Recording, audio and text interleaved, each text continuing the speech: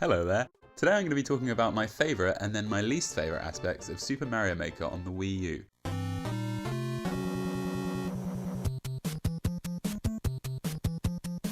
The greatest thing about Mario Maker is it appeals to pretty much any generation of early Mario gamer.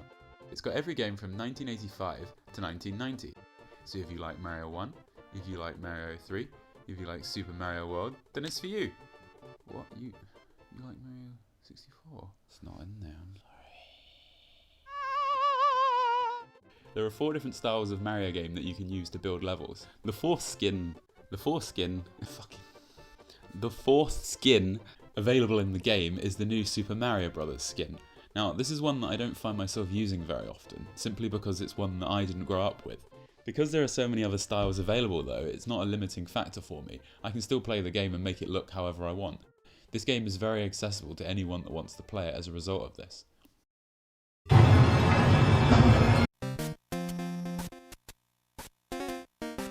Some of the user-generated level design in Mario Maker really stands out. I think one of the best things that have come out of this is the high level of difficulty that is implemented in many of the levels. Mario as a series has always been quite unforgiving. The original Mario was very difficult and it required you to collect every coin so you could get as many 1-ups as possible to make it through the entire game. I feel being difficult is a parameter for Mario games, and this is a tradition that Mario Maker carries on. The very difficult levels provide quite an immersive experience that draw you in and make you want to complete the level. It's created a community of people, all of whom are trying to make a level more difficult than the other. Is it possible though that some of the levels are actually too hard and cryptic and are losing the essence of what makes a Mario level, because the only way to make it through is to trial and error different approaches, die over and over until you crack the author's thought process, not unlike a poorly designed early Sierra point and click adventure game?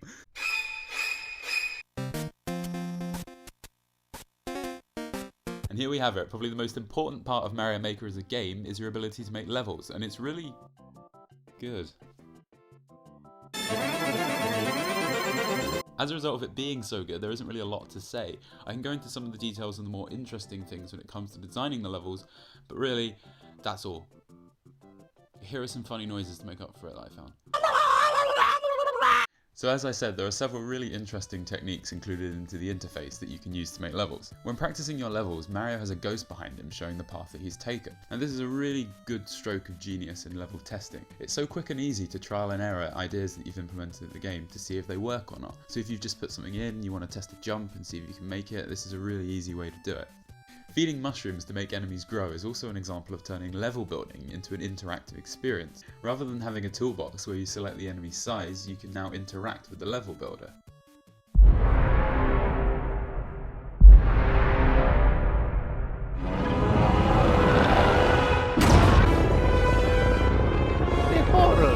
Using rockets to erase levels is very nostalgic and it's taken from Mario Paint.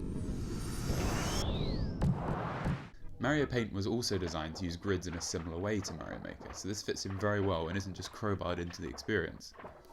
So, this covers some of my favourite parts of the game. Now I'm going to talk about things that I feel were missed or could have really been improved on in the design of Mario Maker.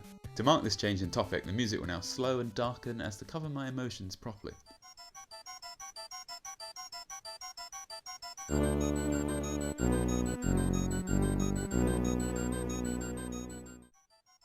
You see this guy? I've only seen him for about 10 minutes in my entire life. Do you know why? Because you have to beat all of Mario 3 to get to him.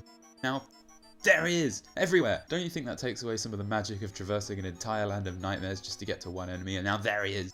What I'm saying is some of the mystery of Mario is taken away because you have such a wide palette of sprites and designs to play with. All the mysterious enemies that you used to have to work really hard to see, and now they're there. At the start of the level, with no build up whatsoever!